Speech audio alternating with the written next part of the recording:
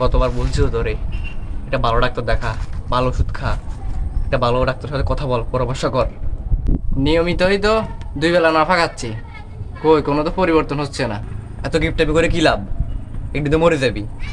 একটা ভালো কথা করে শুন, একটা বিদেশি ডাক্তার দেখা, 500 টাকার ডাক্তার দেখা, ভালো ওষুধ খা, ভালো হয়ে যাবি।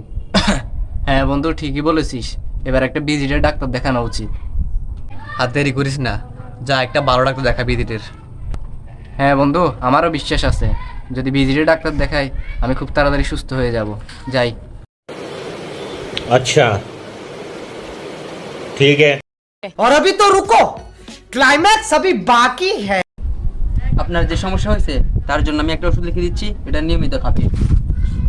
लेकिन एक सेकंड, ये भगवान क्या जुल्म है। पंछी बनूं उड़ती